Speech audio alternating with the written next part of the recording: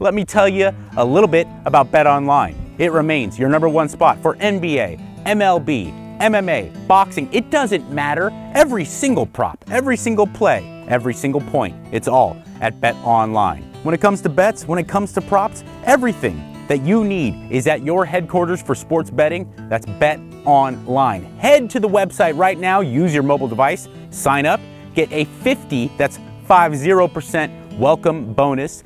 Don't forget to use the promo code BLEAV, that's Believe, to get yourself a 50% welcome bonus. Come on, there's no need to hesitate. Bet online, where the game starts. I understand it's not something comfortable to talk about, like your sexual function or your sexual performance, but don't sell yourself short. It is important. But you know what else is kind of important? Not being totally embarrassed by going to a pharmacy or having to deal with a doctor when you're talking about prescriptions with some of these drugs to help you perform up to snuff in the bedroom. That's where Blue Chew comes in, okay? It is the same active ingredients as Viagra and Cialis at a fraction of the price. And the best part is you don't have to deal with anybody. It comes right to your door. You're never ever gonna be as happy as you are now to see the postman coming when you know that the package for your package is right there, all thanks to Blue Chew.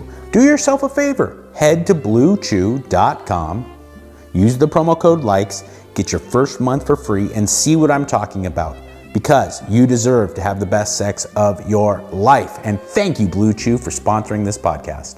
I hope you're ready to have your mind blown with the greatest health and fitness information on the planet. Yes, bitch!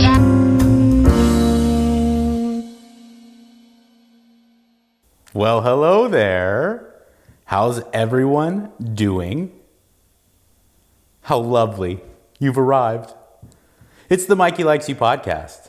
I'm Mikey, and I like you. You are you who is liked by Mikey. Great system. I want to talk about something really important. I got inspired by some listener, viewer of mine who pitched in and gave me a great question that I think touches on something that we all deal with, not only with like fitness and nutrition and stuff, but just in general. And that is allowing our crew, allowing our social circle, allowing the people we are surrounded with to influence us, be it positive or negative. When you're trying to do something, especially when you're trying to do something really difficult, make a big life change, the people around you make a huge difference. They make a huge difference. I'll never forget interviewing Tito Ortiz. And, you know, love him or hate him, and Tito has definitely said some things that can always rub people the wrong way. Former mayor of Huntington Beach, California, Tito Ortiz was a prominent figure and certainly a credible fighter. He's had a lot of success and really was a pioneer when it came to mixed martial arts. And he talked about how he changed his training. He got better head movement, you know, training with that guy out at Ruka. And he talked about, you know, like refining his ground and pound. He said, but the biggest thing for me was finding success later in my career because I changed the people around me and I didn't have toxic people around me that were leading to me kind of draining myself before I even made it into the ring. So we're going to touch on that a little bit. Speaking of surrounding yourself with the right people, I have been lucky enough to surround myself with hundreds of people on my Patreon. I would love if you joined that crew. I really am so grateful to all of you people who are on all of the tiers, especially you top tier ride or die people. I love working with you. I have space available if you are interested in more detailed help when it comes to your training and your nutrition. Check out my Patreon. I'll put a link in my profile. Also, if you're not liked and subscribed, please do go ahead and take a kettlebell and smash that subscribe button. Hit a like if you can. It really helps me when we try to take on these machines. I also want to touch on surrounding myself with great people when I talk about First Attachment, the absolute best nutritional supplements in the world. And right now I want to talk about the OOPS Stack, Optimal Organ Protection Stack. All right. Now this, I'm not going to lie to you, it's not necessarily as romantic and as exciting as, say, the Go Pills, their fat burner, which I can't recommend enough. The WTF pre-workout, the greatest pre-workout I've ever had. It's so good. It gets you so tuned in. Okay, check it. And of course, what makes most people get involved with First Detachment, which is what got me involved with them, is their intra-workout nutrition, the field rations. It's amazing. Cyclic dextrin, which is a really kind of fine-tuned carbohydrate that gets into the system really quickly, helps shuttle nutrients and those essential amino acids into the bloodstream while you're training, can really help with recovery, performance, and making those gains that you're hoping to make. Right now, I want to talk about that OOP stack. Okay, why? Because optimal functions of your internal organs are so freaking important. There's no real reason to engage in any type of endeavor when it comes to health if you have failing internal organs. And the OOP stack is going to make sure that your liver, your prostate, your blood pressure, your blood sugar, your kidneys, these are going to be functioning at a higher level, and it's providing the right nutrients to make sure that they can do their job to the fullest. The kidneys and the liver in particular, of course, your prostate, for you fellas out there, even if you're not using performance enhancing drugs, just by virtue of training with weights hard, it actually puts a certain level of stress above and beyond just being a regular dude on your internal organs. Do make the investment, take the time to take care of your liver, your prostate, your blood sugar, your blood pressure, your kidneys, because these will unlock higher levels of fat burning, higher levels of muscle gain, but more importantly, they will give you better health. Okay, and that is always got to be the most important thing that you keep above and beyond your body fat level or your bench press or your squat. The internal organs and their function are what is going to lead you to having long-term eternal health. Okay, the OOP stack, it's made up of 4 different supplements. Again, these are going to be making sure that your prostate, your liver, your kidneys, your blood pressure, and your blood sugar and insulin sensitivity are all tended to. I take them personally. Grab my grab bag here. Renal Reset for your healthy kidney function. Okay. The QRF, huge fan. It's the only thing that got my liver values back in order. Okay, I would constantly get my blood work done, and every time everything looked great, except the doctor would always say your liver values, they're a little concerning. And I've spent many years as a desperate hardcore alcoholic, and I have used performance enhancing drugs, oral steroids in the past. Those are terrible on my liver. I was always concerned, and I tried everything. I tried supplements, I tried changing my diet, I did all this wacky hippie stuff that my wife would do, but once I started taking the QRF, I can show you the blood values. It got my liver back in order. The doctor was even blown away. And then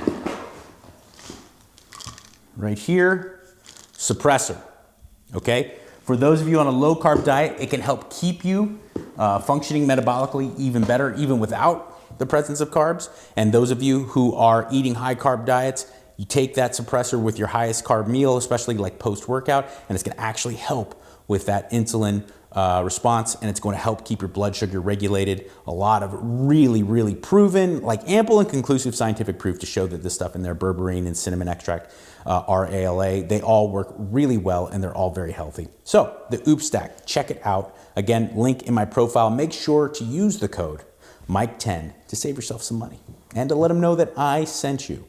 All right, enough nonsense. Let me break out this question in order. And it came from We Here Forever, technically. How to stay disciplined when everyone around you has parties, barbecues, vacations. Summer, it seems like endless food. I've seen people give up their fitness journey because they're the only one in the house who wants to lose weight. 24/7 food nonstop. Okay, this is a great question. And it's something that I think a lot of people deal with. And like at the beginning of the show, I said, you know, this is not just something that is relegated to weight loss, fat loss, muscle gain, fitness. This is everything in your life. Professionally, you're going to be either tremendously enhanced or tremendously burdened by the people that you surround yourself with. I know with recovery, when it came to using drugs, drinking alcohol, and then ceasing that,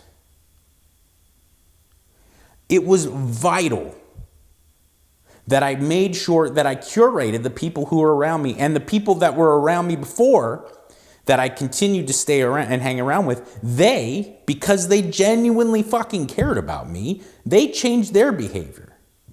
I didn't ask them to. I felt really weird and guilty about it. But man, I hang out with, I was born and raised with some really great dudes, friends of mine that I've had since kindergarten. And some of them are fucking savage. Big drinkers, big partiers. And especially at that time when I got clean, when I was 22 years old, it was pretty hectic. But every one of them, man, they always made sure that when it was me hanging out, like they made caveats. I remember a bachelor party. I was only like 6-8 months sober, and I was really weirded out about going in general. And I didn't expect them to not party. We were in Vegas. It was my friend's bachelor party. It was a close friend of mine. And they did, and they partied, but man, I got a different room than everybody else. They all stayed in like 2 big suites together and partying. I got my own room. They didn't make me like pitch in extra. They're like, dude, let's make sure Catherine was set up. You know, like they made me feel not guilty in any way. They're like, if at any time this is like weird, you just bounce, you know? And I don't think I could have done it, you know? There were times where I just flat out couldn't be around certain people, and that changed after, you know, finally I got comfortable with it. But I don't think I could have managed if it wasn't for the fact that the people around me knew that something I was doing meant a lot. It meant my life, really, and they weren't about to let their behavior kind of alter that. It's a little different when you're talking about hot dogs and donuts, because who are we to say, like, just because I'm trying to clean up my diet, you have to avoid eating certain things. But at the same time, you know, if you have a partner, let's say a romantic partner, a wife, husband, girlfriend, boyfriend that you're living with, or you're married to, what, you know, it's really close contact. If they're going to prohibit you from making a positive change, you have to really ask what's up with them. Okay? At some point, you have to say what's up with, because, you know, we're getting into a different territory. We talk about drugs and alcohol, because it's really easy if you quit doing coke and your wife's fucking cutting lines in front of you. You're well within your right, I think, to be like, listen, you either got to go or you got to quit, okay? But when you're talking about food, everyone eats. And not everyone wants to fucking lose weight. Not everyone wants to be shredded. Not everyone wants to change their eating in any way. They like what they like, and they're going to eat that. But there's a difference between sharing that space with someone and having respect for what they're trying to do and continuing to eat your fast food, and then aggressively flaunting it in front of them because of some internal kind of insecurity that you have. And that shit happens a lot. It happens professionally. It happens with food. It happens with sex. It happens with clothing, where, you know, the husband's like, you've lost a lot of weight and now you're dressing better. It makes me feel weird, so I'm gonna fucking clown you, my wife, who's just trying to make herself feel better. You know, there's a point where you can kind of stand your ground and say, like, yeah, I know it's 4th of July and we're going here and you're going to have 10 pieces of pizza, but like, I'm choosing to have a bunless burger, and I'm choosing to regulate how much I'm eating because it makes me feel good. You know, there's a saying that if you walk with the lame, you'll develop a limp. And you got to keep that in consideration when you're talking about something like losing weight, especially if you're profoundly overweight or if you're really out of shape and you're trying to make that change. That's a very difficult endeavor. Don't let anybody tell you that it's not. It can be simple. And I think people overcomplicate it, but it's still really, really hard. And if the people around you can't respect that, you have to have a conversation with them. Now, understand, there's margins where you have to understand where you need to take personal responsibility for yourself and when they need to take responsibility for what they're doing. Because someone just choosing to eat the way they want to eat and continue doing so and not pressuring you in any way is a vast difference between someone clowning you because you're not having beers at the barbecue, because you're not having pizza with the boys. You know, just like there's a big difference. And recognizing the stuff within your control is a huge aspect of it. Because yes, around the holidays and during the middle of summer, you're going to be around a lot more junk food and a lot more partying and a lot more socializing, which tends to lead to more temptation when it comes to eating. But so what? You know, we've had this conversation before on this podcast where it's like, if the only reason you quit smoking is because someone locked you in a room and gave you no access to cigarettes, that doesn't really mean you've changed much. And if the only reason you diet and the only reason you lose weight is because your wife is standing over you, making sure that you eat measured amounts of chicken breast and broccoli, you didn't really do much as far as personal development. That's why a lot of these movies, you know, like the Chris Hemsworths and the Ryan Reynolds of the world, they really do deserve a little bit more appreciation because they're not getting ready for a role and then turning into a fat ass as soon as they get done filming. It's lifestyle for them. Frank Grillo is another. Jason Statham. He looks. Their guys are always putting in those work. Jennifer Aniston, Jennifer Lopez. There's other people, and you could be like, oh, drugs, surgery. It doesn't matter. These people live it. They live it. Okay. Drugs, surgery aside, maybe there is that aspect of it. It doesn't matter. There's a work ethic and there's a commitment to doing it. Because a lot of movie stars that make these tremendous physique changes, they end up quitting filming and they become blobs again. Because the only reason they made that change is because the studio paid for an amazing personal trainer and an amazing dietitian or nutritionist to come and prepare all their meals and stand over them and then have the personal trainer just put them through these grueling workouts where they're measuring them and weighing them all the time. And they're not really allowed the luxury, right? They didn't make any personal development. They had this imposed upon them. It's the same reason why, like, I never got clean when my parents, when a judge, when someone in some school administrator forced me to go into rehab. I never made any changes. There'd be a couple weeks, there may be 6 months of me staying clean, but it wasn't until I personally was invested and genuinely honest in my commitment to trying to change my life that things started to fall into place. And it's no different when it comes to making a body transformation or improving your health. Okay? If you have to, reconsider your relationship with other people, that's not crazy. Because if you're a grown adult and you're around people that eat nothing but fast food and drink every day, and you don't want to, and they're giving you crap for it, you need to reassess those people. And that's a vast difference between, let's say, you're a 40-year-old woman and you're like, I'm going to get back into shape. And you start doing it. And your husband's like, okay, I'm not into egg whites, but you go, girl. I'm going to do my thing over here. Hope I doesn't bother you. Feel free to make your own dinner because you're the one who's doing this. But me and the kids, we're going to have this mac and cheese. But it's awesome that you're doing this chicken breast for it. That's fantastic. That's a big difference between what is this? No, come on. It's Monday Night Football. Let's go. Eat your pizza. What are you, a pussy? Have the pizza, bro. Have some beers. Okay? That no one should be able, if you're 16 and watching this, okay, all of this can go right out the window because you don't have that luxury. If you're a grown adult, you shouldn't allow people around you to influence you in any way. And the only way they should be influencing you is in a positive manner.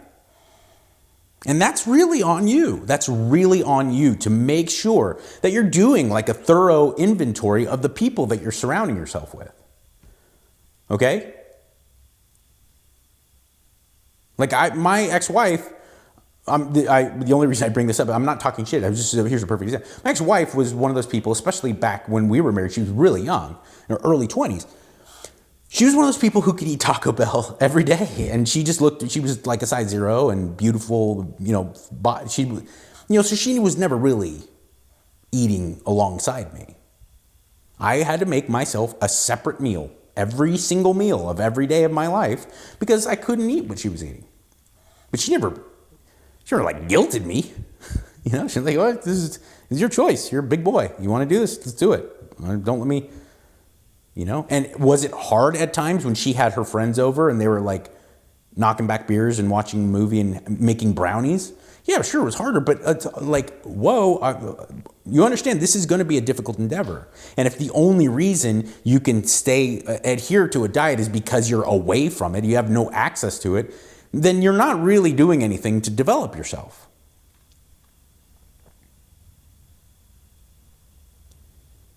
There's this weird middle ground and it's not easy. You got to find that where it's like you look at these things in your life where am I compromising my overall mental health for my belief in this physical health endeavor? To change my body weight, to change my muscle mass, whatever I'm doing to look better for summer. Am I compromising my overall mental health by getting too crazy about it? Because you deserve to have a piece of pizza. You deserve to have cheesecake when you feel like it. But it's not, frankly, it's not really the way an adult should eat anyway. Whether you're trying to get in shape or not, it's kind of bananas how accepted it is to just put junk into your body, just to put garbage in your body day in and day out. And the fact that what you're doing is not normal or average anymore does not mean that what you're doing is wrong.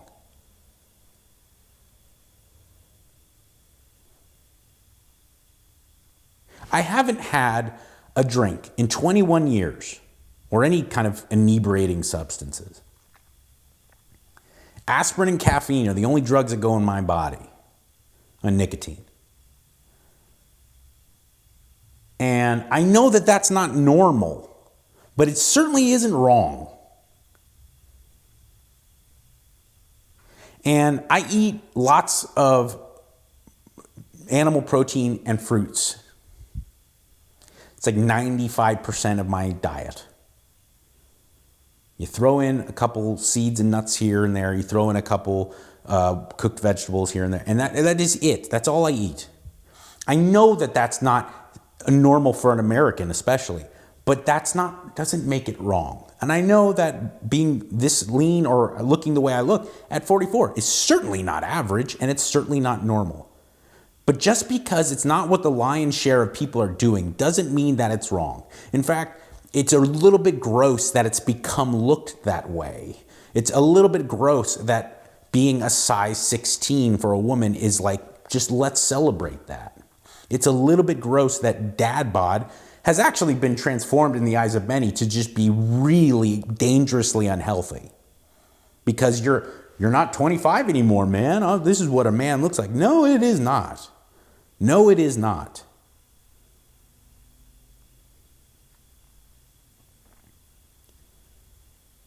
And I hate to get too heady when I talk about this stuff because I know that most people don't want to do that. But really think about that. And I did a whole episode about how I pinpointed what I thought about where Nietzsche in his writings in Zarathustra about like the Übermensch. And he talked about like most people aren't scared to do great things. They're scared of what the mediocre masses and their neighbors are going to think about them trying to do great things. And it's not the fear of failure and doing that. This is what Nietzsche kind of speculated, is that it wasn't the fear of failure in being a great writer, being a great attorney, being a great painter, whatever it may be. Starting your own business, getting a six-pack ab, set up, right? It wasn't the fear of failure in doing these things. It's the fear of what the people around you who don't have this are going to think and say. And that's pretty gross, because I think at least I can sit here and say, he's fucking right. And I'm sure a lot of you watching or listening can say the same thing. Good old Frederick. Balling it out. 200 years ago, he was postulating about exactly what is probably holding back all of us when it comes to this. And, you know, this person writing this question and is saying, like, what do I do when it seems like everyone around me is just pushing me to have beer and have pizza and have junk food when I want to die? It's like, well, you got to erase that. You got to erase what everyone else is doing. And if you can't, you might need to reconsider the people around you. Because I've talked about it, dude, I've talked about it so much on this podcast before, but it bears repeating, that when I first got into like really lifting weights, now I started in high school, but I was like doing it in secrecy and I liked it. When I started like buckling down, one of the greatest aspects of it wasn't just like getting stronger or seeing myself get leaner or seeing my muscles get bigger. That was great. But it was like I opened the door to all these different people around me and you know, that I met through the gym. That were like these people that had their shit together. And they're like, yeah, I know. My friends you're going to go knock back six pack and watch the football game after, but that's not me. Let's go, let's grind. And these were, I know I'm a 19-year-old guy at the time. These are 30-year-old, 40-year-old men. And they were so driven, and they cared about what they cared about. And they certainly didn't want to hurt anyone else with their endeavor, but they weren't allowing what everyone else was thinking or saying to get in the way of what they wanted, man. And it was so enriching for me to start surrounding myself with a different network of people. It made a huge impact on me, man. Made a huge impact on me. And you know, when I first started working at K-Rock, and especially when I started at the Kevin and Bean show, you know, Kevin and Bean and Ralph and Lisa and everyone there, Dave, Omar, we all gave off this vibe, because it's not very entertaining to kind of like be this fastidious or hard work. You know, it was a lot more entertaining to kind of present this looser aspect of our personalities. But man, it made a big difference to me that I was now working with these guys who had legendary careers in the entertainment industry and certainly in radio. And they were like, they'd be on the air talking about goofy, making fart jokes and stuff, but as soon as they got off the air, it was like they were so concerned with like making a good product. And it, like that changed, because I only knew, like, I grew up in Southern California and I listened to Loveline and I listened to Kevin and Bean and I listened to Stern and I listened to these, and you have this idea of how it is from being on the air. And as soon as I got up and I saw that they were like professionals, it elevated who I was. It elevated what I wanted to do with my life. And the same thing is going to go for your fitness endeavors. Trust me. Surrounding yourself with people and being able to like have the balls to curate who you're surrounding yourself with can have a pretty unbelievable effect. And alternatively, kind of resting on your laurels and allowing yourself to surround yourself with people who you internally know are not up to snuff, who are not meeting your standards for what you want out of life, can be so disastrous. For the most talented, the most ambitious, the most intelligent people, it can all just be undercut by someone who's holding them back. Don't even get me started about a collection of people that are doing that. You know? And we've all been in relationships, romantic ones, friendships, family members, that we knew, like just being, by virtue of being around them, having to deal with what they've got going on is just dragging us down. And it takes a huge amount of courage to kind of just cut that out. So that is what I wanted to say. I hope you enjoy the podcast. Please check out my link for my Patreon if you're interested in more help. Also, always feel free to hit me up at Mike Catherwood or at Mikey Likes You 1. Remember, Get yourself the best nutritional supplements on the planet at First Attachment. There's a link in my show notes. Use the code Mike10. Thank you so much to BetOnline and Blue Chew as always. And thank you most importantly to all of you who listen and all of you who view this. Please tell a friend, like and subscribe. And remember, in this crazy mixed up world that makes you think that nobody cares, I do. Be good.